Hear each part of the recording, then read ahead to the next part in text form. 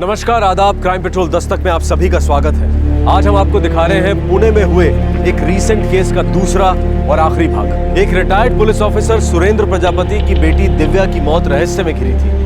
Pune crime branch ने किया इसका खुलासा। 17 जनवरी 2012 एक सिक्योरिटी एजेंसी में इंटरव्यू देने के बाद retired police officer Surendra Prajapati दोपहर 12:30 बजे अपने घर पहुंचते हैं, जो धनकवाड़ी पुणे में है। पहुंचते ही सुरेंद्र देखते हैं कि उनकी बेटी दिव्या मरी पड़ी है और उसका दुपट्टा उसके गले से लिपटा हुआ है। क्राइम साइट पर इन्वेस्टिगेशन के बाद पुलिस इस नतीजे पर पहुंचती है कि घर में कोई जबरदस्ती नहीं घुसा है, पर दिव्या का मोबाइल फोन और कबर्ड में रखे गए गहने मिसिंग है। फिर भी स्थानीय पुलिस इस केस पर बहुत आगे नहीं बढ़ पाती और धीरे धीरे ये केस सुसाइड केस माना जाने लगता है। पर पीड़ित के पिता सुरेंद्र प्रजापति पुलिस कार्रवाई से संतुष्ट नहीं है। वो बार बार कमिश्नर ऑफ पुलिस से शिकायत करते हैं। कमिश्नर इस केस को जून 2012 में क्राइम ब्रांच के हवाले करते हैं। क्राइम ब्रांच इस केस में पूरे जोश के साथ कूद पड़ती है, ये साबित करने कि ये केस एक मर्डर केस है और तब तक है जब तक सुसाइड थ्योरी सिद्ध नहीं हो जाती। सुरेंद्र प्रजापति के शक का एकमात्र निशाना होता है रवि नायर, दिव्या का मंगेतर, जिसने दिव्या से 11 साल पहले शादी का वादा किया था और जो अभी तक नहीं निभाया। इस बात को लेकर दिव्या काफी डिस्टर्ब रहा करती थी, पर दिव्या की छोटी बहन धनश्री को यह आरोप बहुत अजीब लगता है, क्योंकि उसके हिसाब से रवि और उसकी मरहूम बहन दिव्या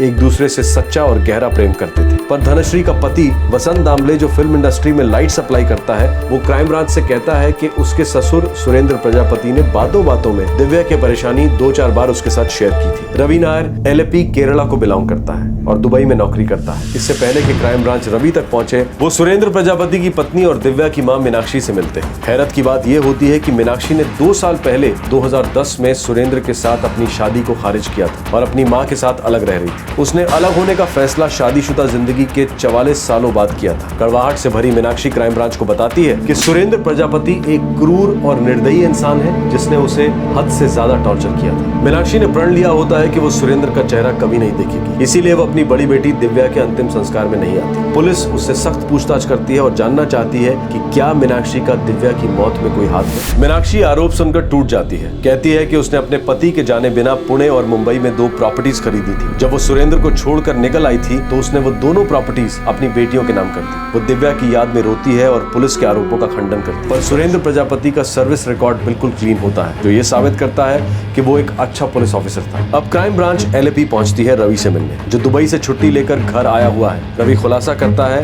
कि उसने छुट्टी शादी करने के लिए ली थी। वो और दिव्या जून 2012 में शादी करने वाला, तो दिव्या के पिता प्रजापति ने उसका डट कर विरोध किया था। पर आखिरकार समय के साथ प्रजापति नरम पड़ गए और उन्होंने अपनी मंजूरी दे दी। लेकिन तब तक काफी समय निकल चुका था और इसी दौरान रवि को दुबई में नौकरी मिल गई। 11 साल के बाद अब जून 2012 में रवि और दिव्या की शादी होनी थी, पर जनवरी में ही दिव्या की मौत हो गई। पुलिस अब अचरज में पड़ जाती है। क्या पुणे से फोन गायब हो गया और कोल्हापुर पहुंच गया। राघव, पता करो इस प्रजापति फैमिली का कोल्हापुर से क्या कनेक्शन है। Yes sir.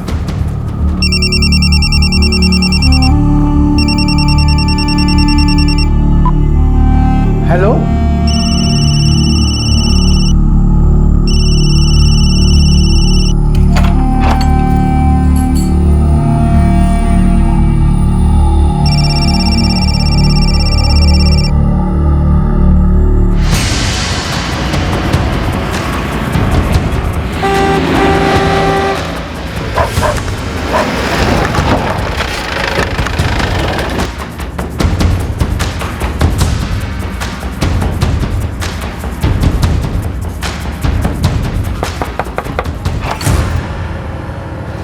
मंसूर को बुलाओ।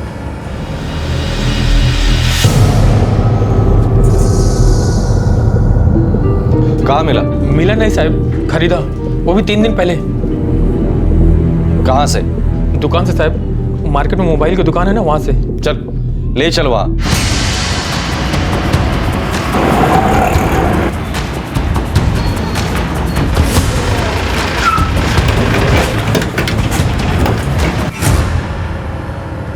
हो साहब, मैंने ये पीस मंसूर भाई को बेचा था। ये पीस तुम्हारे पास कहाँ से आया गौतम? इसलिए असली मालकिन की मौत 6 महीने पहले हुई थी पूना में। देख गौतम, सच सच बता दे, वरना इस मोबाइल की तरह मैं तुझे खोलकर तेरे अंदर से सच निकालूंगा। देखो साहब, ये मोबाइल तो मेरे पास 6 महीने से पड़ा है। आया कहाँ से? पानी में से।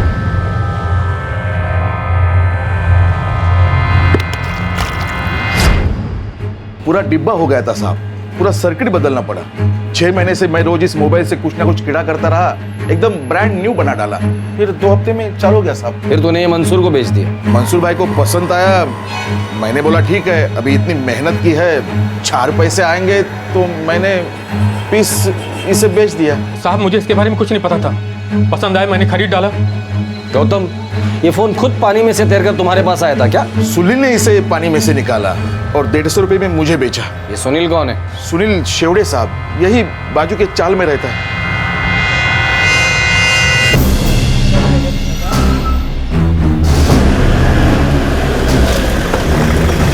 साहब वो रहा सुनील।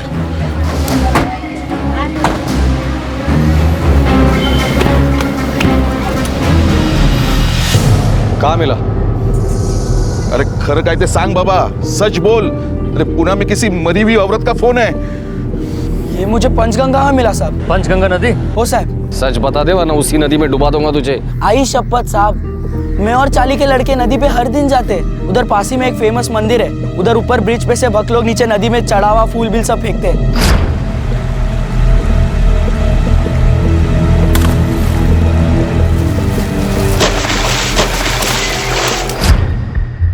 कभी बोले तो 4-6 महीने पहले की बात है।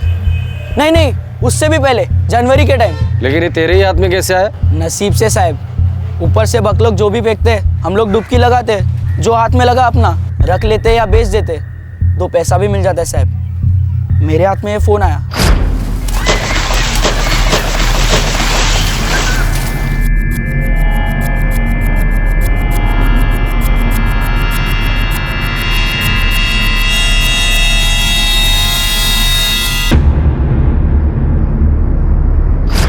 मैंने इसी को प्रसाद समझ लिया और रख लिया साहब। पुणे की दिव्या का मोबाइल इंस्ट्रूमेंट कोल्हापुर की पंचगंगा नदी में फेंका गया, ऊपर के ब्रिज से। अगर दिव्या ने आत्महत्या की होती तो वो 218 किलोमीटर दूर जाकर नदी में अपना मोबाइल फोन क्यों फेंकती? क्या दिव्या के पिता सुरेंद्र प्रजापति की थ्योरी सच साबित होने जा रही थी कि दिव्या का कत्ल किया गया था? सर, प्रजापति परिवार का कोई कोल्हापुर कनेक्शन नहीं है। वो लोग तो ये कह रहे हैं कि वो लोग कभी कोल्हापुर गए ही नहीं। और सर, 17 को दिव्या मरी। उस दिन सुबह फोन स्विच ऑन था और लोकेशन थी धनकवाड़ी, पुणे की। दोपहर मौत के बाद फोन स्विच ऑफ हो गया। राघव, ये सिर्फ एक मर्डर नहीं है, एक वेल प्लान षड्यंत्र है और इस षड्यंत्र का मुख्य निशाना हम लोग हैं। ये सारी प्लानिंग हमें गुमराह करने के लिए की गई है। सर, वैसे भी सुरेंद्र प्रजापति शुरू से ही कह रहे हैं कि ये एक सुसाइड नहीं, मर्डर है।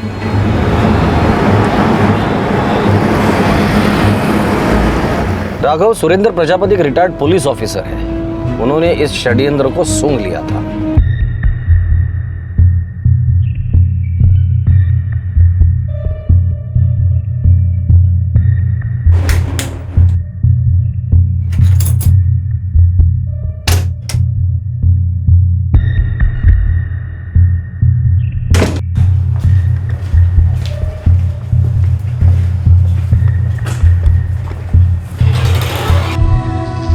प्रजापति साहब, दिव्या के केस में कुछ सुराग हमारे हाथ में लगे हैं। क्या सुराग, मुझे बताओ। सॉरी, अब तो जानते हैं कि हम सुराग ऐसे किसी को डिस्क्लोज नहीं कर सकते।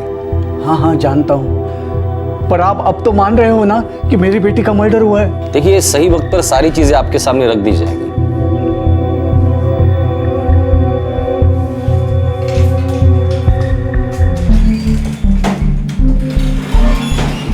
सर, कोल्हापुर के हर ज्वेलरी शॉप में खबरियों को रेड अलर्ट पर लगा दिया है। गुड। इस दिव्या के केस में कोल्हापुर के किसी बंदे का कोई ना कोई तो कनेक्शन जरूर है, बस वो हाथ लग जाए, ये केस क्रैक करके ही रहेंगे।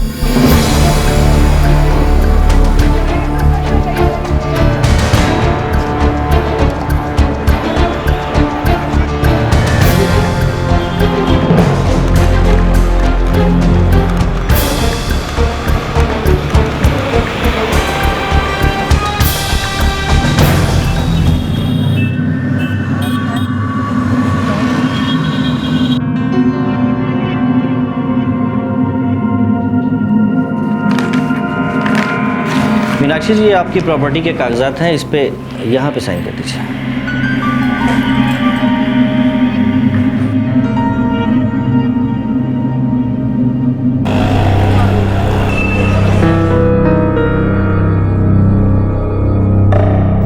भाई ने दूसरा घर भी मेरे नाम पे ट्रांसफ़र कर दिया।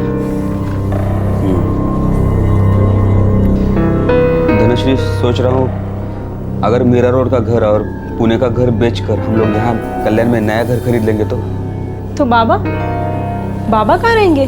कहाँ रहेंगे मतलब? हमारे साथ। और कहाँ?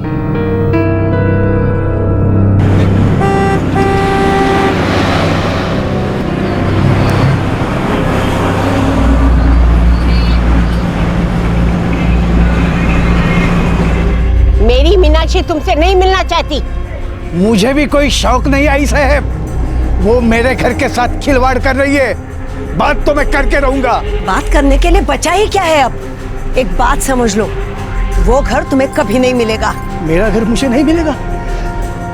मेरे साथ फ्रॉड किया, मेरी मेहनत की कमाई से घर खरीदा, पर नाम खुद का लिखा, जॉइंट नाम से नहीं खरीदा। अब इस उम्र में मेरे हाथ में क्या आया? कुछ नहीं। मैं कैसे जीऊंगा? तुमने कभी किसी को जीने दिया? अब तुम जियो या मरो, मुझे कोई फर्क नहीं पड़ता। तेरी तो धोखा फोन साइकिल तुझा। अगर मेरी मीनाक्षी को हाथ भी लगाया, चल निघून।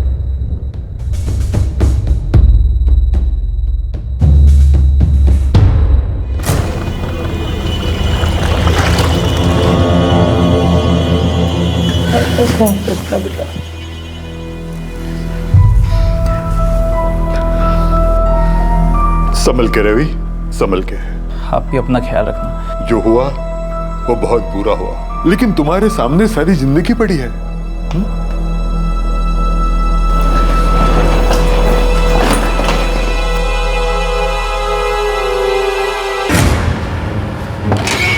सर, कोल्हापुर से कोई लीड नहीं मिल रही। पुणे से चोरी हुए गहने भी वहां बिकने नहीं गए, और ना ही किसी पेशेवर हत्यारे की कोई इन्वॉल्वमेंट है। राघव, मर्डर की थियरी तो मानकर चल रहे, पर फ्रैंकली स्पीकिंग जितने भी सुराग मिले वो हमें गोल गोल चक्कर में सिर्फ भगा रहे हैं। सिन्नर, केरला, कोल्हापुर। सर, सुरेंद्र प्रजापति एक एक्स पुलिसमैन रह चुके हैं। हो सकता है उन्होंने षड्यंत्र को पहले ही भांप लिया हो, या ये भी हो सकता है कि ये वाकई एक सुसाइड केस हो, मगर सुरेंद्र प्रजापति इसे एक मनगढ़ंत मर्डर केस इमेजिन कर रहे हो। पूना से 218 किलोमीटर दूर कोल्हापुर पंचगंगा नदी में उसने किसी को मोबाइल फेंकने के लिए भेजा होगा, जबकि दिव्या का कोल्हापुर में जान पहचान का कोई नहीं है। नहीं ना, वो एक्स पुलिसमैन है, वो अच्छी तरह से जानता है कि मोबाइल ट्रैकिंग अच्छे क्रिमिनल्स को पकड़वा सकती है। मानता हूं सर, लेकिन 17 जनवरी 2012 को दिव्या का सेलफोन फेंका गया, ठीक उसी दिन जिस दिन दिव्या की मौत हुई। अब सुरेंद्र प्रजापति खुद तो सेलफोन फेंकने कोल्हापुर नहीं जा सकता, क्योंकि वो पूरा दिन लोकल पुलिस के साथ थे। दिव्या को मारने वाला कोई अनजान आदमी नहीं था, वरना दिव्या उसे घर के अंदर घुसने ही नहीं देती। मर्डर के दरमियान उसने फाइट बैक क्यों नहीं किया?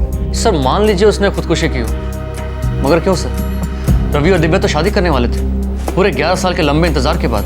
राघव, ये केस मतलब गुगली और बाउंसर दोनों एक साथ है। सर, सोच रहा हूँ कि धनकवाड़ी में दिव्या के पड़ोसियों के सेलफोन रिकॉर्ड चेक किए जाए, क्या पता कुछ हाथ लग जाए। Very good Raghav. आपल्याला सगळे प्रयत्न करायला पाहिजेत। एक काम करो, Ganesh cooperative housing society Dhankawadi area के जितने भी मोबाइल टावर है सबको कांटेक्ट करना।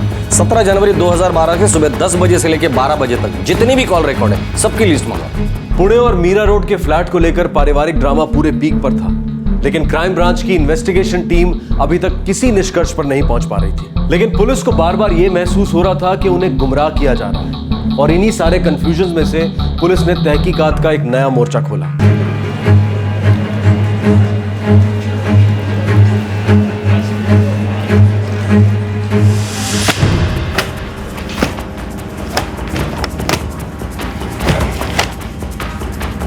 सर, 17 जनवरी 2012 को सुबह 10 से 12 बजे के बीच गणेश सोसाइटी धनकवाड़ी से 1,74,000 कॉल्स किए गए। कोई बात नहीं, चलो घास के बोरी में से सुई ढूंढते हैं।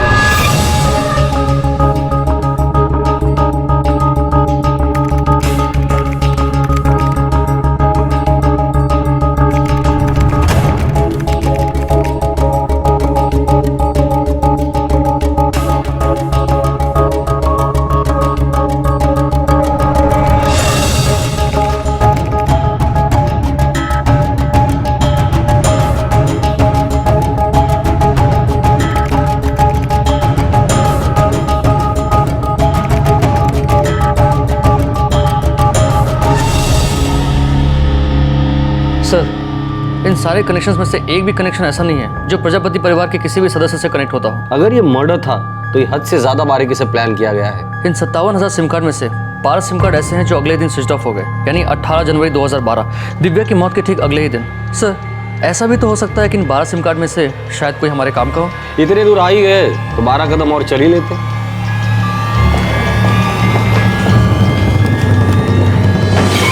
उन 12 सिम कार्ड में से 11 लोगों की सेलफोन कंपनी से हमारी बात हुई है। या तो फोन डैमेज है या सिम, लेकिन एक सिम अजीब है। क्यों? ये सिम 17 जनवरी 2012 को ही स्विच ऑन हुआ और 17 तारीख को ही स्विच ऑफ हुआ।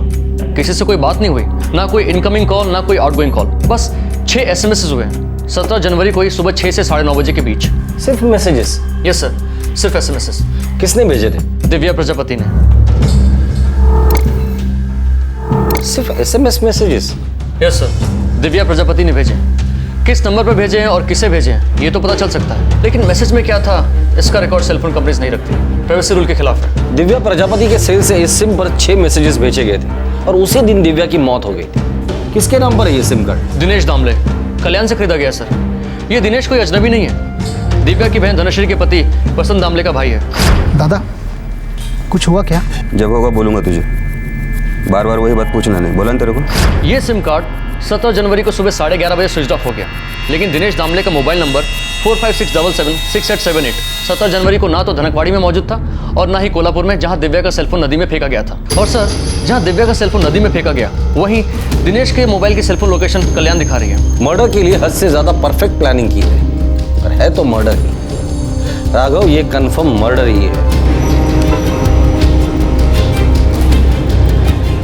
अरे साहब, काहीतरी सांगा ना, क्या हुआ साहब? कुछ तो बोलो साहब, क्या हुआ? जो भी बोलना है वो तू बोलेगा दिनेश दामले। गाड़ी में डालो इसे। अरे साहब, मेरी बात तो सुनिए।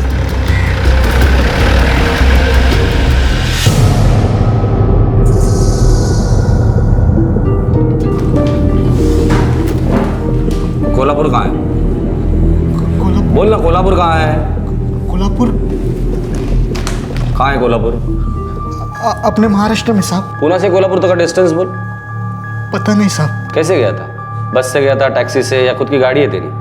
कहाँ साहब? ये पंचगंगा नदी, उसके ऊपर ब्रिज है। बस से कहाँ उतरा था या बस से ही फेंक दिया था? ये नदी में फेंका था ना? हाँ बोल दामले, स्टोरी बोल, मुझे स्टोरी सुननी है और असली कहानी बोल। बोल दामले, बोल।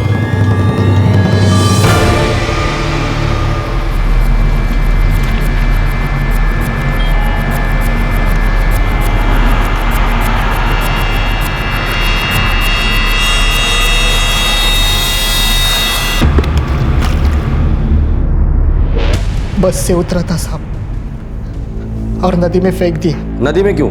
और वो भी कोल्हापुर की पंचगंगा नदी क्यों चुनी? कोल्हापुर क्यों? क्यों कोल्हापुर ही क्यों चुना? कौन है कोल्हापुर में? चल, गहने कहाँ है? बता दामले, गहने कहाँ है? मेरे मामा के घर। मामा कहाँ है तेरा? कोल्हापुर। दिव्या को क्यों मारा? बता दामले, दिव्या को क्यों मारा? साहब, मैंने वही किया जैसा मुझे कहा गया था। किसने कहा था? बता, किसने कहा था? मेरे बड़े भाई वसंत दादा ने।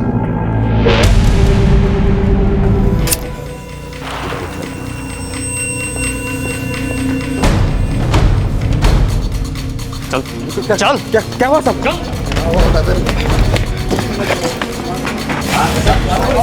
अरे चल, कुछ तो बता सर, क्या हुआ? बताता हूँ। सर अरे क्या हो रहा है, कोई मुझे बताएगा? चलो जेल जाके पता चलेगा। अरे छोड़ो, मैंने किया क्या है? अरे कोई मुझे बताएगा?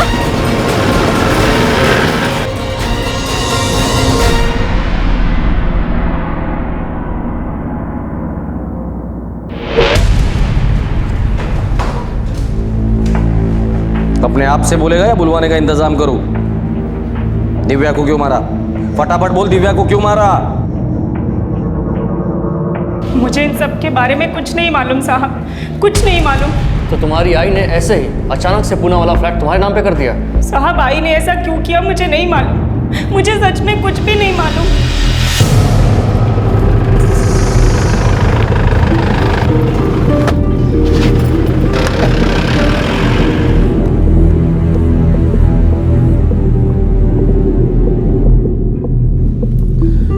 दिव्या को इसलिए मारा था कि उसका फ्लैट पूरा का पूरा तेरे बीवी के नाम हो जाए, मतलब तेरे नाम हो जाए, राइट? या और कोई वजह थी?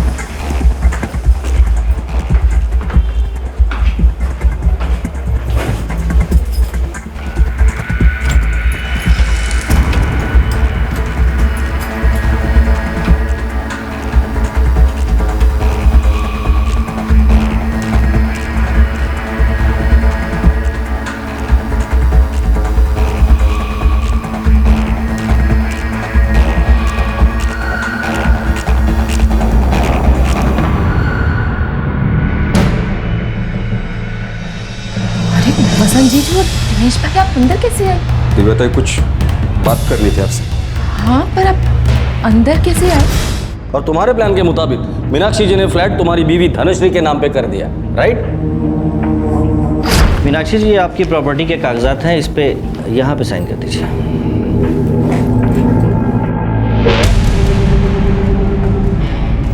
आई ने दूसरा घर भी मेरे नाम पे ट्रांसफर कर दिया।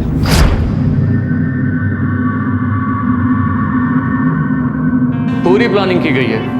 पहले दिव्या को मार डालो, फिर उसकी सारी प्रॉपर्टी धनश्री के नाम ट्रांसफर करवा दो। आई तुझे शपथ, मुझे नहीं पता था कि वसंत इन सबके पीछे है।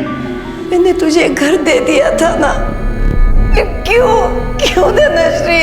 आई देवा शपथ, मैं सपने में भी नहीं सोच सकती थी कि वसंत दिव्या ताई को मार डालेगा। आई मेरा विश्वास कर, मुझे कुछ नहीं पता था। धनश्री को इसके बारे में कुछ आइडिया नहीं है कि हम लोगों ने क्या किया ऐसा। सच में उसे कुछ नहीं मालूम। ये सारा कांड तुम दो भाइयों ने मिलके किया? प्लानिंग सारी मेरी थी साहब, सिर्फ मेरी। नहीं नहीं नहीं, ऐसा हो ही नहीं सकता। इतनी अकल तो तेरे में है ही नहीं। सच बता, और कौन शामिल था इसमें? मीनाक्षी प्रजापति, रवि नायर या और कोई था? जल्दी बोलो।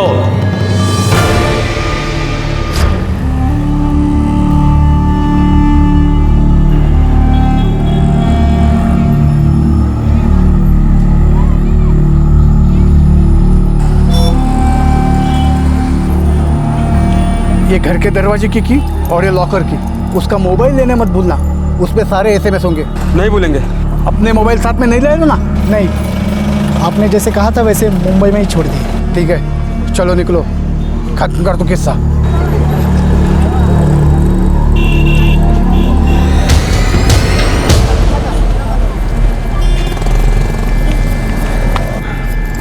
हो गया? हो गया। उसका मोबाइल ले लिया ना? हाँ ले लिया। चलो निकलो।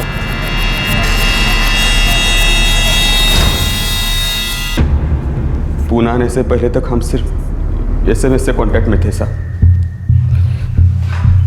नया सिम लिया था साहब इस काम के लिए।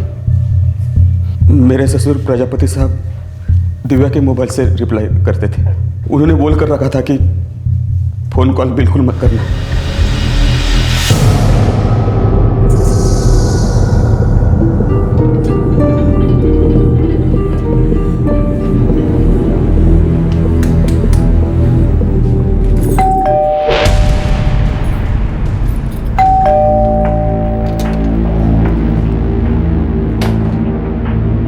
जयकर साहब, मैं आपके दफ्तर में आ रहा था। चलो अच्छा है प्रजापति साहब, साथ साथ चलते हैं। दरअसल हम भी आपको ही लेने आए हैं।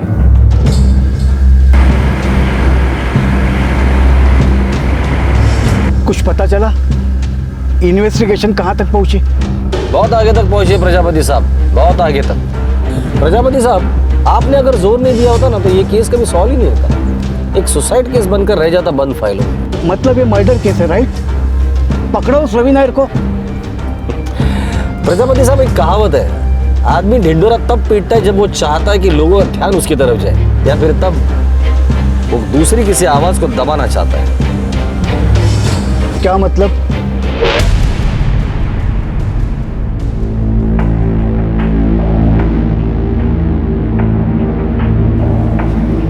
आपने अपनी ड्यूटी के दरमियान बहुत से लोगों से क्वेश्चनिंग की होगी, पर आज हॉट सीट पर आप खुद बैठेंगे आप मुझसे क्या सवाल करेंगे? हमें सिर्फ इतना बता दीजिए, आपने ढिंडोरा क्यों पीटा था? हमें पता है दिव्या का खून आपने ही किया था। हमारा सवाल सिर्फ एक ही है, क्यों?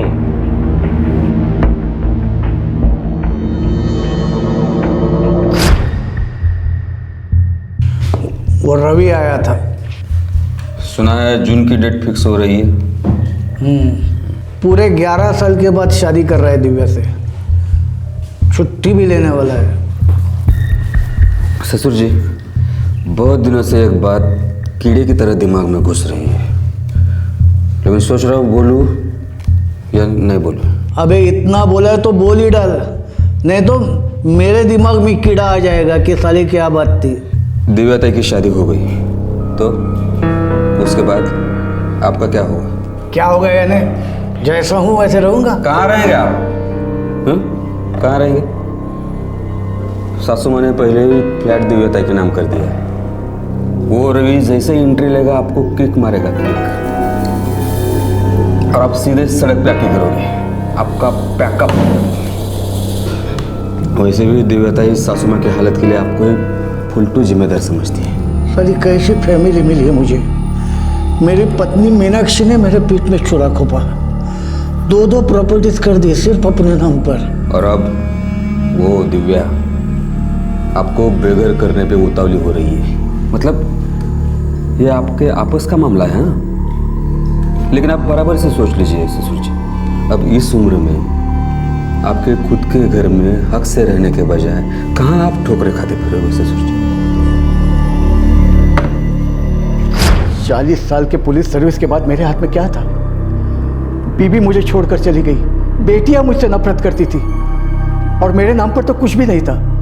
सर छुपाने के लिए छप्पड़ नहीं था, और सब लोग मुझसे ऐसे पेश आते थे जैसे मुझ पर एहसान कर रहे हैं। आप यहाँ रहते आए हैं, आप आगे भी यहीं रहेंगे बाबा? ये घर मेरी कमाई से खरीदा गया है, इस पर मेरा नाम होना चाहिए। अगर ऐसा ही है बाबा, तो फिर आप मुझे एक बात बताइए, आई ने आपके नाम पे ये घर क्यों नहीं किया? क्यों मेरे नाम पे ट्रांसफर किए? उसने चीटिंग की है, धोखा दिया है मुझे। नहीं बाबा, आप सच सुन सकते हैं तो सुनिए। आप शराबी हैं, लोगों को जानवरों की तरह मारते हैं। अगर आई आपके नाम ये घर कर देती ना, तो आप उसको और हम दोनों को घर के बाहर निकाल सकते थे। मैं इतना बड़ा राक्षस हूँ तो क्यों रहती है मेरे साथ? क्यों नहीं चली गई अपने आई के साथ? चली जाती, लेकिन उसने साथ चलने के लिए नहीं कहा, क्योंकि आपने उसको इतना टॉर्चर किया कि उसके अंदर की ममता मर गई। जिंदा लाश बना के रख दिया था आपने। वो कभी महसूस ही नहीं कर पाई कि जो तकलीफ वो बर्दाश्त कर रही थी, वही तकलीफ हम भी झेल रहे थे। और इस सबकी जिम्मेदार आप हैं बाबा, आप। चुप कर, नहीं तो एक लगाऊंगा कान के नीचे। हाथ उठाने के अलावा आप कर ही क्या सकते हैं बाबा? देखा जाए तो मुझे और धनुश्री को भी आप ही की तरह होना चाहिए, बदतमीज और बेशरम। लेकिन मैंने मेरे खून की गंध को बाहर निकाल दिया है, तो मुझे आपके हिस्से से मिली थी। मैंने हमेशा आपको पिता का मान दिया है, देती हूँ और देती रहूंगी। आपको घबराने की जरूरत नहीं है, आप इस घर में आराम से रह सकते हैं, कोई नहीं निकालेगा आपको। लेकिन ये घर मैं आपके नाम नहीं करूंगी। कचरा कर दिया मेरा, इज्जत का फालूदा बना दिया मेरे। 40 साल की पुलिस ड्यूटी में लोग मेरे सामने थर थर कांपते थे। मेरा नाम सुनते ही गुनाहगार अपने गुनाह कबूल करते थे। और यहाँ देखो, एक मामूली मुस्लिम की तरह मैं खड़ा था अपने ही बेटी के सामने, और उसकी हिम्मत देखो, मेरी गलतियां निकालती थी और मुझे कहती थी मेरे घर पर मेरा कोई हक नहीं है।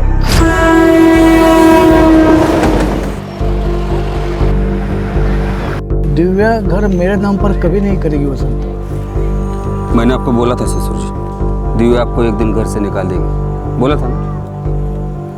उसका ब्रेन वॉश हुआ है, वो अपनी आई और खुद की लाइफ में हो रही बुराई का बिल आपके ऊपर में फाड़ रही है। शायला आपके हाँ कहने के बावजूद वो रवि उसको लटका के रखा है और उसका इल्जाम भी आपके ऊपर लगा रही है। ये भी कोई बात हुई ससुर जी? साला समझ में नहीं आता, करूँ तो क्या करूँ इस दिव्या का।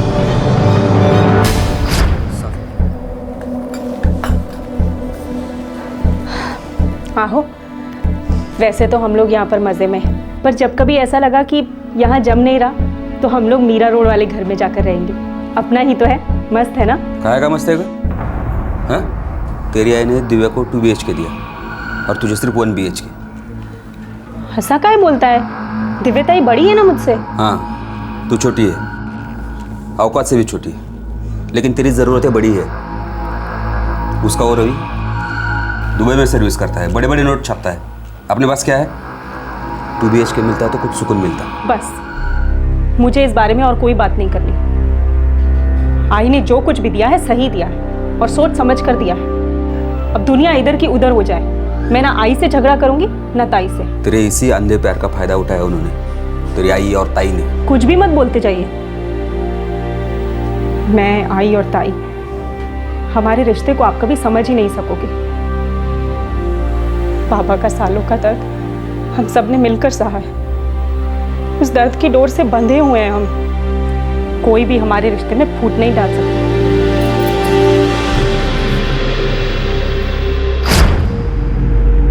ससुर जी, घर हाथ में आने का एक ही तरीका है।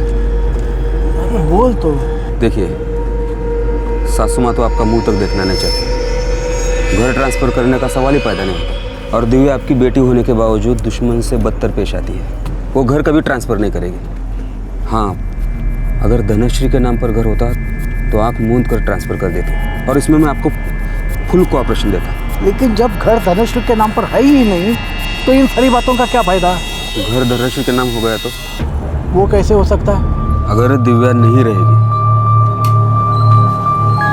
तो सासू माँ धनश्री के नाम पर घर ट्रांसफर कर देगी और धनश्री से डायरेक्ट आपकी झोली में।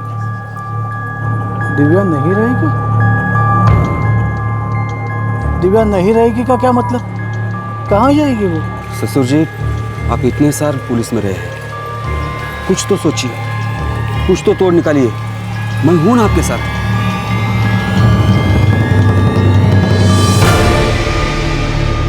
फुल प्रूफ प्लान बनाया था, मानना पड़ेगा प्रजापति जी। और वो जोर जोर से चिल्लाना कि ये सुसाइड नहीं मर्डर है, वो तो मास्टर स्ट्रोक था आपका। इससे तो जिंदगी भर आपका कोई शक ही नहीं कर पाता। एक रिटायर्ड पुलिस ऑफिसर होने के बावजूद आपने इतना बड़ा और भयानक गुनाह किया और बाकी गुनहगारों की तरह एक बेसिक सच्चाई भूल गए आप। Crime never page, never. आज तक इस दुनिया में कोई भी परफेक्ट क्राइम नहीं हुआ है और ना ही कभी होगा।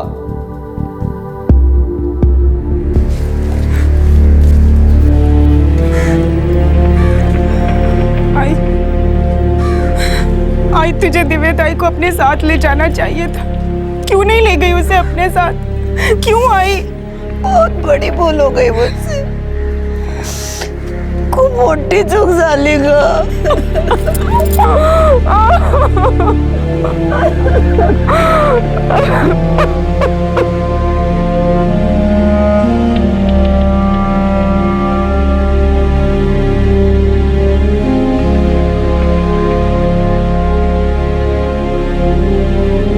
मैंने जून में 2 महीने की छुट्टी ली है। डेट तुम फिक्स कर लेना, बाकी का सब काम मैं फिक्स कर लूँगा। अच्छा, हनीमून पे कहाँ जाएंगे? केरला मत बोलना प्लीज।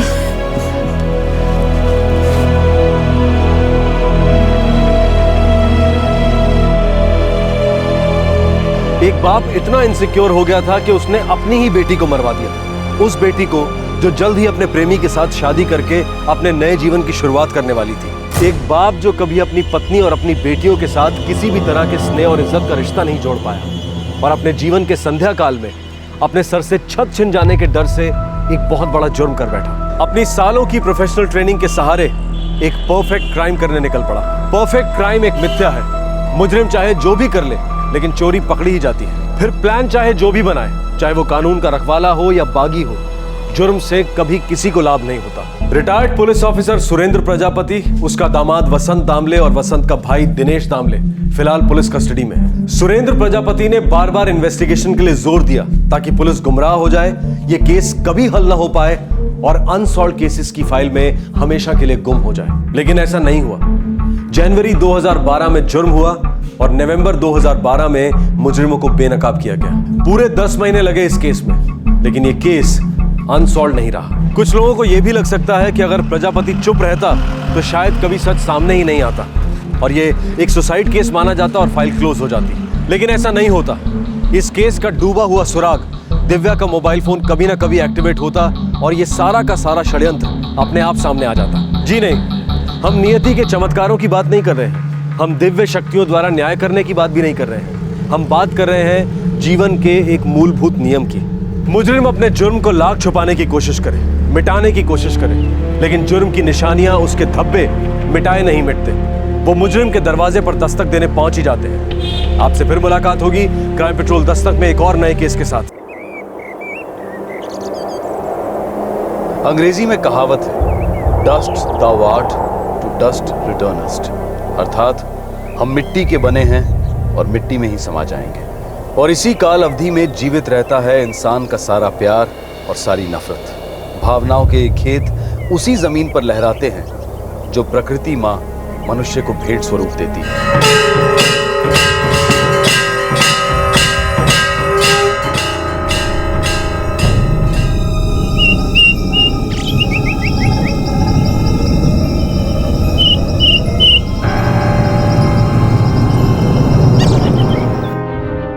जिसका पति 3 महीने से गायब हो, वो सब्र कैसे कर सकता है इंस्पेक्टर? हम हर मुमकिन कोशिश कर रहे हैं माधुरी जी, और हमें यकीन है कि हम गोविंद राजपूत को ट्रेस कर ही लेंगे। लेकिन आपको भी थोड़ा समझना चाहिए कि अगर अपनी मर्जी से कोई कहीं चला जाता है तो हमारे लिए काम दोगुना मुश्किल हो जाता है।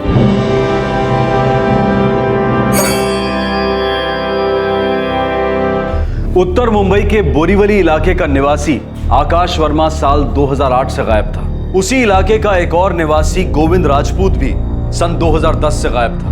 दोनों मिसिंग फाइलें 2012 तक ज्यों की त्यों पड़ी रही। दोनों मिसिंग व्यक्तियों की कोई खबर नहीं थी। दोनों के लापता होने की दस्तक अभी गूंजनी बाकी थी।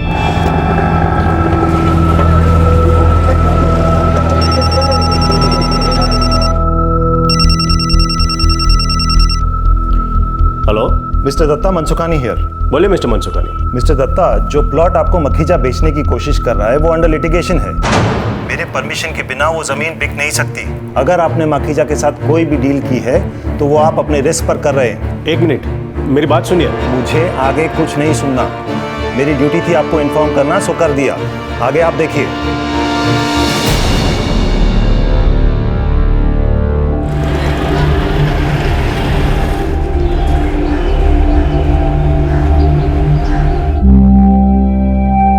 संभल के जाना और बड़ौदा पहुंचते ही फोन करना। सबसे पहले फोन, समझ गई? हाँ हाँ, मैं सबसे पहले फोन करूंगी और मम्मी जी की चिंता बिल्कुल मत कीजिएगा।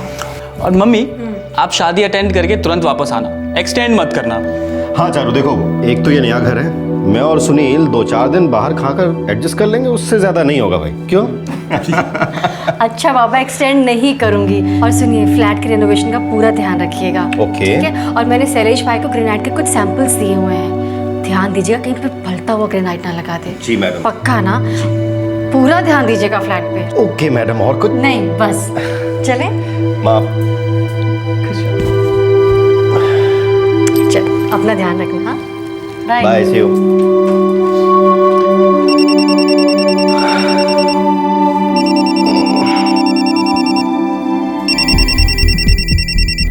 हाँ नीरव, बोल। राजेश, अर्जेंट मिलना है। 12 बजे ठीक रहेगा?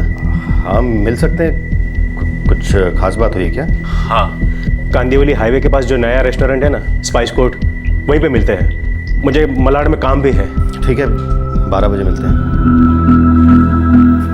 क्या हो पापा, कोई टेंशन है? नहीं, कुछ नहीं।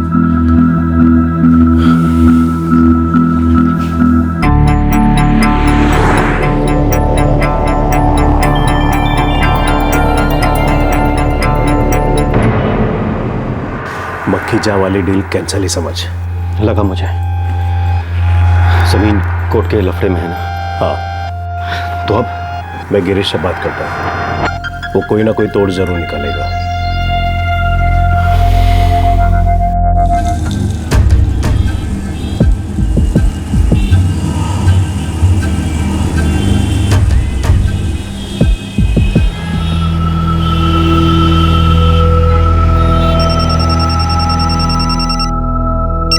अरे इस समय कौन है? मैं देखती हूँ। निर्मला, कोई ब्रोकर हो ना तो कहना जगदीश भाई खाना खा के सो गए। राजेश का फोन है। हाँ राजेश बोल। हाँ जगदीश गनत्रा। कौन बोल रहा है? ये आपके भाई राजेश गनत्रा का एक्सीडेंट हो गया है। क्या? कहाँ? महालक्ष्मी। आपको? आप जाके देखिए ना। मैं तुरंत निकलता हूँ, तुम कमलेश को फोन करके बताओ। हाँ मैं करती हूँ।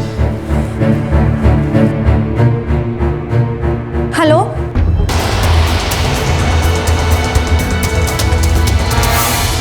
मैंने Jaslok, Bhatia, JJ, Balaji, saint George सभी हॉस्पिटल चेक किए, कहीं कुछ नहीं मिला। जगदीश भाई, मैंने ब्रीच कैंडी, सैफी और बॉम्बे हॉस्पिटल छान मार लिया। महालक्ष्मी का कोई भी एक्सीडेंट केस वहाँ नहीं आया है। मैं ट्रैफिक पुलिस को कांटेक्ट करता हूँ। हाँ, मैं सुनील को फोन करता हूँ। हाँ तुरंत करो।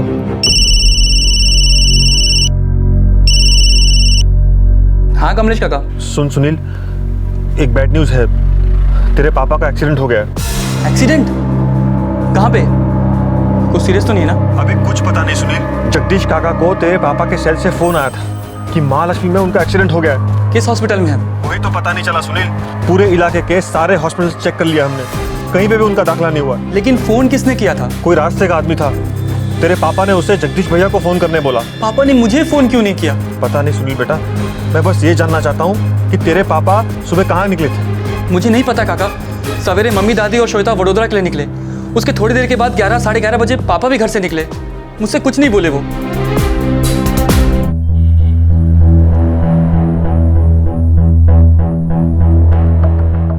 नहीं साहब, महालक्ष्मी जोन से कोई भी इनोवा के एक्सीडेंट केस रिपोर्ट नहीं हुई है। ठीक है, तो आप बता रहे थे कि आपका भाई राजेश गनात्रा बोरीवली में रहता है। हाँ साहब, रात 8:30 बजे उस आदमी ने राजेश के फोन से मुझे फोन किया था और उसके बाद से उसका फोन स्विच ऑफ आ रहा है। अभी तो 11 बजे हैं। अगर मैं आपकी जगह होता तो बोरीवली पुलिस स्टेशन में उसकी मिसिंग रिपोर्ट दर्ज कराता।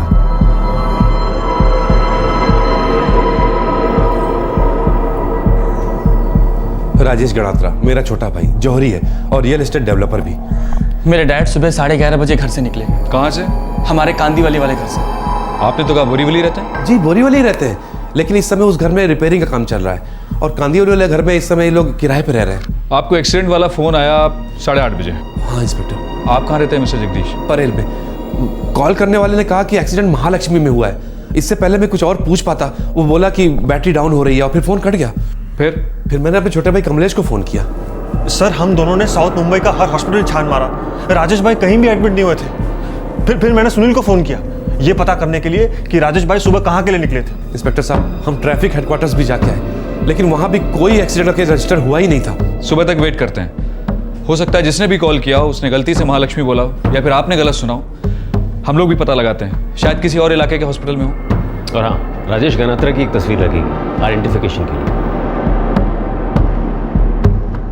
29 अप्रैल 2012 ऐसा लग रहा था कि जौहरी और real estate developer Rajesh Ganatra का एक्सीडेंट हो गया है, पर उसके भाई और उसके परिवार वालों को उसका कोई पता नहीं मिल रहा था। और इस एक्सीडेंट की खबर राह चलते एक आदमी ने राजेश के मोबाइल फोन से ही दी थी। एक्सीडेंट की सुबह घर से निकलते वक्त राजेश किसी टेंशन में था। एक जमीन की डील को लेकर परेशानी चल रही थी। इस जमीन की डील ने दस्तक दी राजेश के गुमशुदा होने की, पर इस हादसे के असली इशारे सालों पहले दिए गए थे।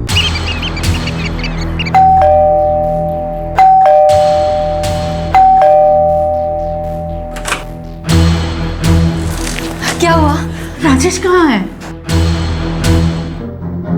मम्मी आप लोग यहीं रुको, मैं पुलिस स्टेशन जा रहा हूँ। जगदीश काका और कमलेश काका वहीं आ रहे हैं। लेकिन घर से निकलते वक्त तेरे पापा ने कुछ तो बोला होगा ना? नहीं मम्मी, कुछ नहीं बोले, बस थोड़े टेंशन में लग रहे थे। क्या हुआ पापा, कोई टेंशन है?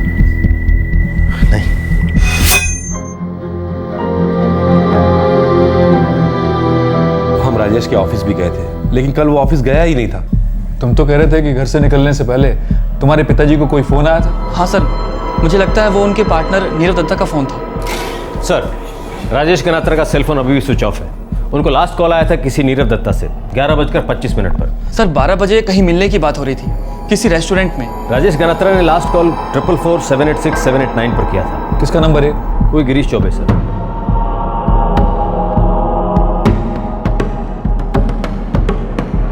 नीरव दत्ता को लाओ। सर।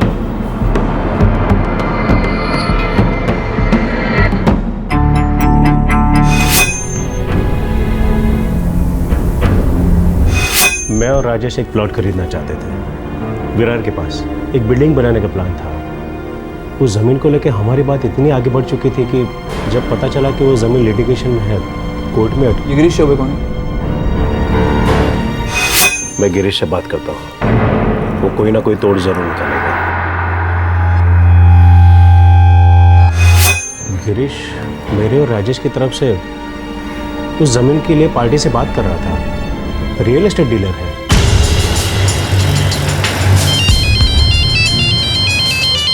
जी, कल मिला था मैं राजेश भाई से करीब 12:30 बजे। क्या? जी, मैं आता हूँ अभी तुरंत। सुशील, मैं पुलिस स्टेशन होके आ रहा हूँ, तू यहाँ संभाल।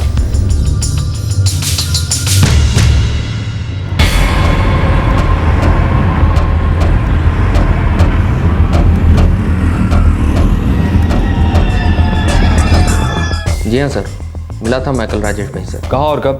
सर कांदीवली ईस्ट में स्पाइस कोर्ट रेस्टोरेंट है, करीब 12:30 बजे वहाँ पर। कितनी देर के लिए मिले थे? यही कोई 15-20 मिनट। उसके बाद राजेश कहाँ गया? पता नहीं सर, वो अपने रास्ते गए, मैं अपने रास्ते। मुझे लगा वो अपने ऑफिस गए होंगे, कांदीवली वेस्टमन का ऑफिस है। नहीं, वो अपने ऑफिस नहीं गया था। फिर पता नहीं सर, लेकिन बड़ी अजीब सी बात है। तुम राजेश गनात्रा के लिए लैंड डील कर रहे थे? जी। क्या डील थी और उस दिन तुम दोनों में क्या बात हुई?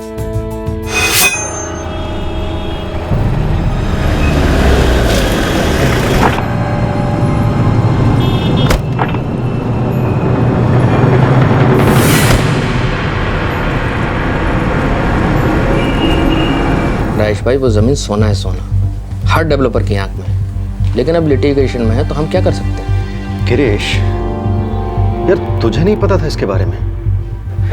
कितना सारा टाइम लगा दिया इस प्रोजेक्ट पर, कितने सारे प्लान्स बनाए हमने।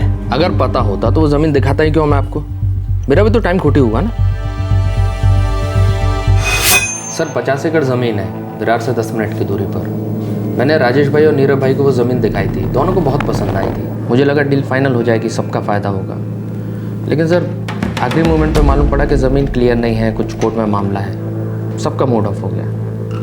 लेकिन राजेश भाई का कुछ ज़्यादा हो गया। छोटे से छोटा ब्रोकर भी पान की दुकान किसी को दिखाता है तो उसके पहले पेपर चेक करता है, और तुमने 50 एकड़ ज़मीन बिना पेपर चेक किए दिखा दी। मानता हूँ सर, यहाँ चूक हो गई। लेकिन सर बड़ी पार्टी थी, बोले बेचना है, सब कुछ फाइनल हो गया सर। डील होने ही वाली थी, लेकिन अचानक दूसरी पार्टी ने नीरव भाई को फ़ोन कर दिया और उनसे बोला कि मामला कोर्ट में है, कोर्ट जाना पड़ेगा वगैरह वगैरह। सर इस बात पूरा मामला फंस हो गया। मुझे बहुत डर लग रहा है। मैं कह रही हूँ कि बात ना कुछ और ही है। 2 दिन हो गए, मुझे तो लगता है कि हमारे राजेश को किसी ने किडनैप किया होगा। लेकिन किडनैप किया होता तो पैसों की मांग करते ना अब तक। ये कुछ दिनों से ना काफ़ी परेशान थे, बहुत चिड़चिड़े भी हो गए थे, कभी कुछ बताया ही नहीं कि बात क्या है। अब मेरे भी समझ में नहीं आया कि इन्हें टेंशन किस बात की है। देखो मैंने कहा ना मुझे नहीं पता, और मुझे इससे कोई फर्क भी नहीं पड़ता है। अरे मेरी गलती कहाँ है? मेरे तो लेने के देने पड़ गए ना। सुनो सुनो सुनो, नुकसान मेरा हुआ और मैं तुम्हारी सुनूं? क्या समझ रखा है तुमने मुझे? रखो।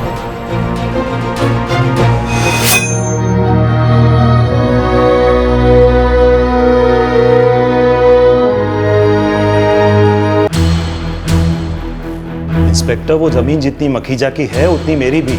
मेरी रजामंदी के बिना वो 1 इंच भी नहीं बेच सकता। ये देखिए, मामला कोर्ट में है और जब तक कोई फैसला नहीं हो जाता कोई उस जमीन को टच भी नहीं कर सकता। पहले कोर्ट का परमिशन लगेगा, फिर मेरा परमिशन, तब और सिर्फ तब कोई डील हो सकती है। आपने नीरव दत्ता को फोन किया था? हाँ, करना ही पड़ा, मेरी ड्यूटी थी, वरना उनको तो कभी जमीन मिलती नहीं, फालतू में इतना मेहनत करते। और अगर मखीजा उनसे पैसे लेता वो तो गैर कानूनी हो जाता ना। इंस्पेक्टर, मुझे भी उतना ही मालूम था जितना राजेश को। हम लोग साथ में डील करते थे, पार्टनर्स थे। मेरी समझ में ये नहीं आ रहा कि आप फालतू में मुझ पे क्यों शक कर रहे हो? हम किसी पे शक नहीं कर रहे हैं मिस्टर दत्ता, सिर्फ पूछताछ कर रहे हैं। हम ये जानने की कोशिश कर रहे हैं कि राजेश गनात्रा कहाँ है, या फिर उनके साथ क्या हुआ है या क्या किया गया है। सेलफोन अभी भी स्विच ऑफ ही है सर, और अनट्रेसेबल भी। और हाँ सर, राजेश गनात्रा की वाइफ चारुलता गनात्रा से भी बात हुई। उन्होंने कहा कि कुछ दिनों से वो टेंशन में थे, उन्हें शक है कि शायद किडनैपिंग हुई होगी। ना, किडनैपिंग का केस होता तो अब तक रैंसम कॉल आ जाती। एक डील होते होते रह गई, इसमें किडनैपिंग का एंगल कहाँ से आने लगा? बोलकर स्टोरी कुछ और ही है। कोई असली कहानी छुपाकर दूसरी कहानी पेश कर रहा है। कौन है और क्यों कर रहा है, ये हम पता लगाएंगे।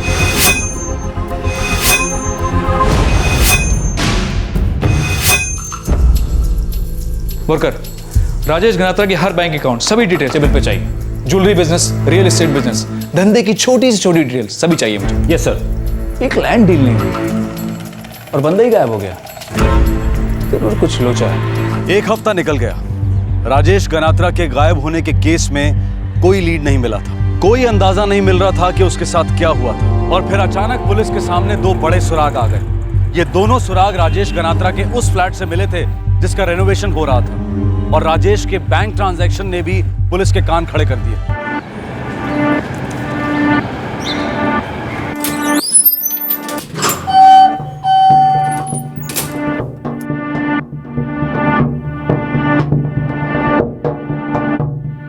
सतबीर, मेरे को लकड़ी का काम शाम तक पूरा चाहिए और तू इसको ठीक से मिला ना। बात कर रहा है। अरे चारू भाभी, राजेश भाई का कुछ पता चला? नहीं सरेश भाई, अभी तक कुछ पता नहीं चला।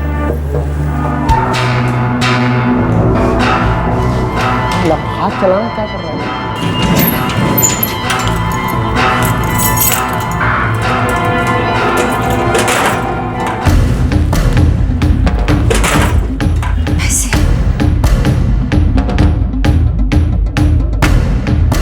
भाभी, आप कैसी बात कर रही हैं? मेरा कोई कारीगर जाके अलमारी कैसे खोल सकता है? लेकिन आपके राजेश भाई ने 2 लाख रुपए कैश रखे थे अंदर और वो गायब है अभी। भाभी, ये लोग मेरे साथ सालों से काम कर रहे हैं और मैं इनको अच्छी तरह से जानता हूँ। ये लोग ऐसा काम नहीं कर सकते। आपको कोई गलतफहमी हुई होगी। क्या 29 अप्रैल रात 10:30 बजे राजेश गनात्रा ने अपना क्रेडिट कार्ड यूज किया? हाँ इंस्पेक्टर साहब, उसका बैंक का ट्रांजैक्शन तो यही दिखा रहा है।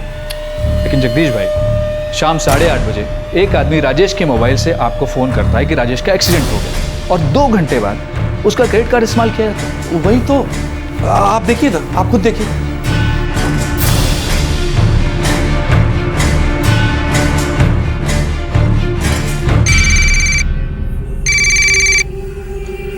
हाँ चारू, बोलो।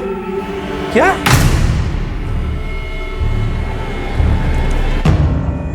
सर, ना कबर्ड जबरदस्ती खोला गया है और ना ही लॉकर। इस कबर्ड की और लॉकर की एक एक्स्ट्रा चाबी है जो राजेश के पास है। Right miss Ganatra? जी इंस्पेक्टर। 29 अप्रैल 2012 राजेश के सेल से एक अज्ञात आदमी फोन करता है 8:30 बजे और जगदीश भाई को कहता है कि राजेश का एक्सीडेंट हो गया। और 10:30 बजे दहिसर ईस्ट की एक कपड़े की दुकान में राजेश का क्रेडिट कार्ड स्वैप किया जाता है।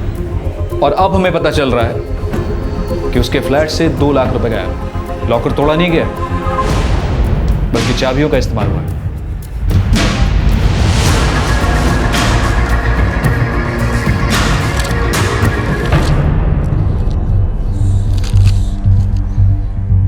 ये तो राजेश गनात्रा का नाम लिखा है। साहब, मैं ड्यूटी पे नहीं था, नाइट ड्यूटी वाला था। राधेश्याम। तो राधेश्याम को हाजिर करो फौरन। सर, कोई गेम खेल रहा है और राजेश की जान खतरे में हो सकती है। उसका सेल फोन इस्तेमाल होता है, उसका क्रेडिट कार्ड इस्तेमाल होता है, उसके लॉकर की चाबियां भी इस्तेमाल होती हैं। ऐसा गेम कौन खेल सकता है जगदीश भाई? इंस्पेक्टर साहब, अगर मेरे पति यहाँ पर आए होते तो वो रजिस्टर में अपना नाम क्यों लिखते, वो भी अपने ही फ्लैट में आने के लिए। और इस रजिस्टर में जो हैंड राइटिंग है वो मेरे हस्बैंड की नहीं है। चाबियां किसी और के पास भी हैं? साहब, राधेश्याम 29 तारीख को ड्यूटी पर यही थे साहब। राधेश्याम, राजेश गनात्रा अपने ही फ्लैट में जाने के लिए रजिस्टर में एंट्री क्यों करेगा? नहीं साहब, जब तक मैं ड्यूटी पर था राजेश साहब आए नहीं। तो फ्लैट में कौन गया था? वो बोले कि कॉन्ट्रैक्टर हैं। क्या क्या क्या बकवास कर रहा है? कॉन्ट्रैक्टर तो मैं हूँ साहब। उस दिन रात को मैं नहीं आया था। अब ये झूठ बोला, झूठ क्यों बोल रहा है? नहीं साहब, ये साहब नहीं थे, वो कोई और था।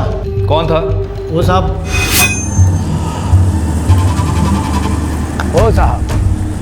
कहाँ जाना है? 301। 301 में तो काम चल रहा है और घर के लोग सब बाहर गए हैं। जानता हूँ बे, मेरे ही आदमी काम कर रहे हैं। मैं कॉन्ट्रैक्टर हूँ, देखने आया हूँ कितना काम हुआ और कितना बाकी है। ठीक है साहब, एंट्री कर दो। उसने जो नाम लिखा, नंबर लिखा, वो तुमने चेक नहीं किया? नहीं साहब, चेक नहीं किया, गलती हो गई साहब।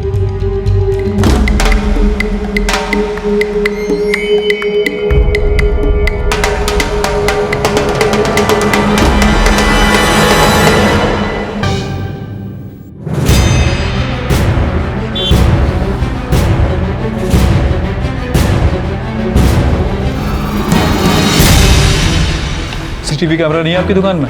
सर अभी कुछ दिन पहले ऑर्डर्स दिए थे, अभी इंस्टॉलेशन होना बाकी है। पिछले 4 सालों से हम लोग सभी दुकानदारों को बार बार कह रहे हैं कि सीसीटीवी कैमरास लगवाइए, सीसीटीवी कैमरास लगवाइए, लेकिन आप लोग सीरियसली लेते नहीं। सेल्समैन था रविशंकर जी, बुलाइए। 29 अप्रैल 2012 रात 10:30 बजे एक आदमी ने 6 शर्ट खरीदी थी, तब तुम काउंटर पे थे? हाँ सर, मुझे क्लियर याद है, उस आदमी ने 6 शर्ट लिए थे। वो आदमी याद है? हाँ साहब, मुझे क्लियर याद है। सर ये देखिए, एकदम फर्स्ट क्लास मटेरियल है, आप पे बहुत मस्त लगेगा। ये पैक कर दे। सर एक नया रेंज है, आप पे बहुत सूट करेगा। अबे ओ, तूने सुना मैंने क्या बोला? बस यही शर्ट पैक कर दे, और कुछ नहीं चाहिए मुझे। Okay sir. सर मुझे वो आदमी इसलिए याद है क्योंकि आज तक इतने जल्दी 6 शर्ट किसी ने नहीं खरीदे थे।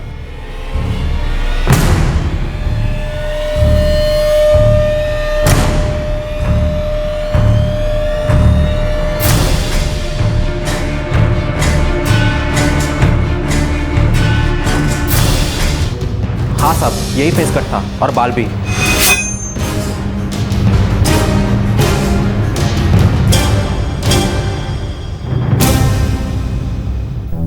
तू जा, जरूरत पड़ेगी दोबारा बुलाएंगे। ठीक है साहब। इसी आदमी के पास राजेश का क्रेडिट कार्ड था और लॉकर की चाबियां भी। और सर फुल चांस है कि इसी आदमी के पास राजेश का मोबाइल भी हो, और वो अज्ञात फोन भी इसी ने किया होगा।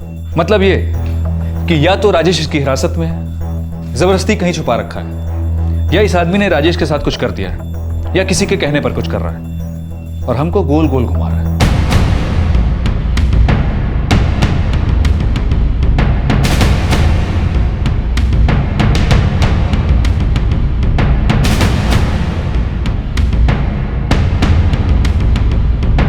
और राजेश खुद भी तो ऐसा करवा सकता है सर। हम लोगों ने जिन जिन लोगों को क्वेश्चन किया है, सबकी जन्म कुंडली निकलवाओ और इस स्केच को सारे पुलिस स्टेशन सर्कुलेट करवा दो। कोई कमीना हम पर बाउंसर पे बाउंसर डाल रहा है।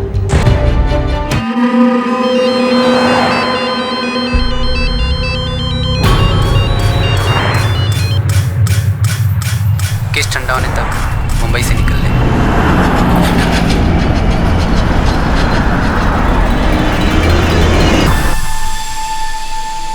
चारू, कुछ तो हिंट दिया होगा।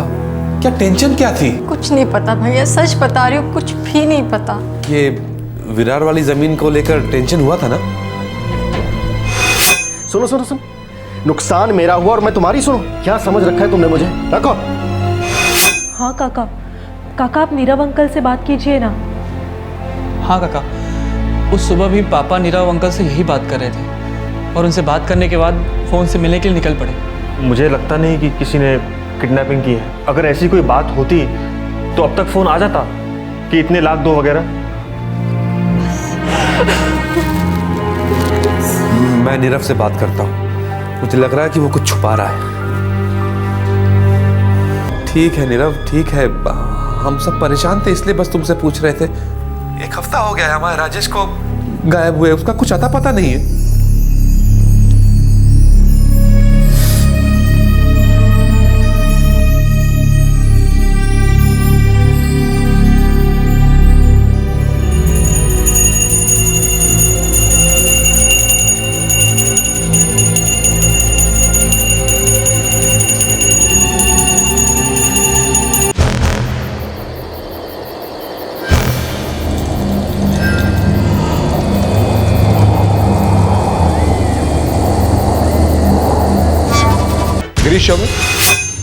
इसकी फिल्मी स्टोरी है सर। ये उत्तर प्रदेश को बिलोंग करता है। 22-23 साल पहले मुंबई आया। शुरुआत की भाड़े का ऑटो चलाकर, उसके बाद धीरे धीरे ये किसी प्रॉपर्टी ब्रोकर का असिस्टेंट बन गया, फिर ब्रोकर बन गया। करते करते वो नॉर्थ मुंबई की रियल एस्टेट बिजनेस का सबसे बड़ा प्लेयर बन गया। यहाँ भी शुरुआत की फ्लैट और दुकान को किराए पर चढ़ाने से। अब तो बड़े बड़े बिल्डर्स के साथ उठता बैठता है, प्रॉपर्टी की डीलिंग्स करता है, करोड़ों में खेलता है। प्रॉपर्टी डील्स में सब कुछ सीधा नहीं होता बोलकर हम सब जानते हैं। गिरीश जिस जमीन का सौदा राजेश और नीरव के साथ कर रहा था, वो भी करोड़ों की थी सर। वो लिटिगेशन में थी, कोर्ट में 2 पार्टियां उस पर लड़ रही थी। सर मनसुखानी का पार्टनर मखीजा आया था प्रस्ताव लेकर कि ज़मीन बेचनी है, ग्राहक ढूंढो। सच कहूँ सर, मुझे मालूम था कि मामला कोर्ट में है, लेकिन मखीजा बोला कि अगर एक बार बोली लगेगी तो Mansukhani out of court settlement करेगा। सर इसी भरोसे मैंने राजेश भाई और नीरव भाई को ज़मीन दिखाई। दोनों को कुछ बड़ा करना था और मनसुखानी ने टांग अड़ा दी। सर अपनी लाइन में ऐसा होता है। जब किसी को ऑफर किया गया पैसा पसंद नहीं आता, मन नहीं भरता या और पैसा चाहिए, तो किसी भी बात पर अड़ जाते हैं और डील कैंसिल कर देते हैं। राजेश गनात्रा इस लाइन में 4 साल से है। उसने भी ऐसा होता देखा होगा पहले, ये लास्ट मिनट पे डील कैंसिल होना। ज़रूर देखा होगा साहब, यही बात तो अपन को समझ में नहीं आई। एक डील कैंसिल हो गई तो इतना परेशान काहे हुए राजेश भाई? और सच कहूँ साहब तो 29 तारीख को जब मैं राजेश भाई से मिला था, जिस दिन से वो गायब है, उस दिन वो किसी भी परेशानी में नहीं लग रहे थे। मेरे रोज़ की तरह उनसे बात हुई।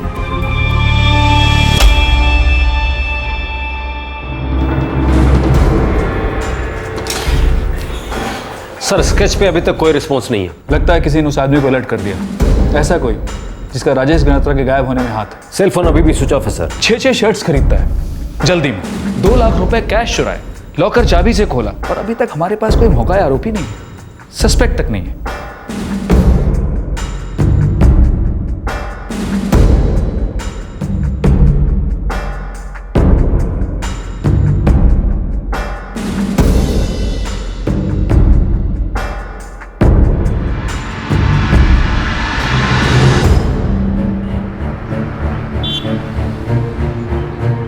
कमिश्नर साहब, 1 महीना हो गया है, हमारा भाई राजेश अब तक गायब है। और अब बोरीवली पुलिस स्टेशन की मिसिंग फाइल्स में हमारे भाई का केस दफन होकर रह गया। सर उसका क्रेडिट कार्ड यूज हुआ है, उसके लॉकर की चाबी यूज हुई है, लॉकर से कैश गायब है। लेकिन सर इसका ये मतलब नहीं कि राजेश खुद से कहीं चला गया है। सर वो इस तरह का आदमी है ही नहीं। सर कुछ अर्जेंट बेसिस पे करवा दीजिए, हो सकता है हमारे भाई की जान खतरे में हो।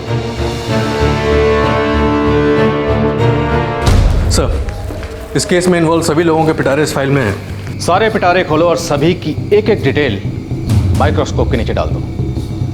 फर्स्ट थिंग, राजेश गनात्रा 1 महीने से मिसिंग है और अभी तक कोई फिरौती का कॉल नहीं आया, मतलब उसका किडनैप नहीं हुआ। Kidnapping is ruled out.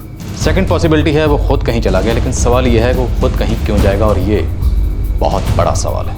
तीसरी पॉसिबिलिटी है कि कोई बहुत पुरानी दुश्मनी या बिल्कुल नई दुश्मनी जो अभी तक किसी की पकड़ में नहीं आई है। सर शायद कोई प्रेशर में था, कोई ब्लैकमेल, कुछ भी हो सकता है, लेकिन जो भी है उसका कोई एक तगड़ा सुराग इस फाइल में है। कोई एक शख्स है जो झूठ बोल रहा है, जो कुछ छुपा रहा है, कुछ दबा रहा है। एक बार पिटारे का सही ढक्कन खुलेगा तो सच्चाई स्प्रिंग की तरह उछल के बाहर आएगी।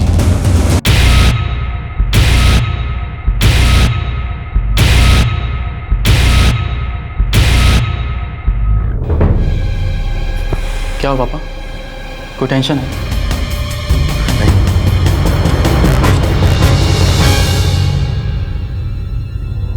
राजेश गनात्रा कहां था? क्या उसका गुमशुदा होना उन 2 मिसिंग केसेस के साथ लिंक था जो 2008 और 2010 में हुए थे?